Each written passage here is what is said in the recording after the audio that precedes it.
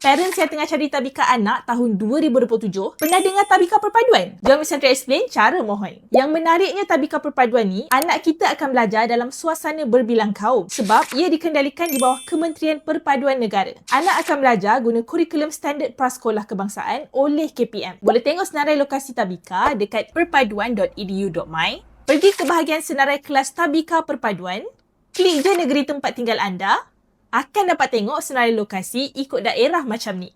Okey, sebelum mohon, pastikan anak anda, warga negara Malaysia, ada sijil kelahiran dan MyKid, berumur 4 hingga 6 tahun. Keutamaan akan diberikan kepada yang tinggal dalam radius 10 km dari lokasi tabika perpaduan dan murid bukan berkeperluan khas. Boleh mohon sama ada secara online di perpaduan.edu.my atau isi borang dekat tabika perpaduan terdekat.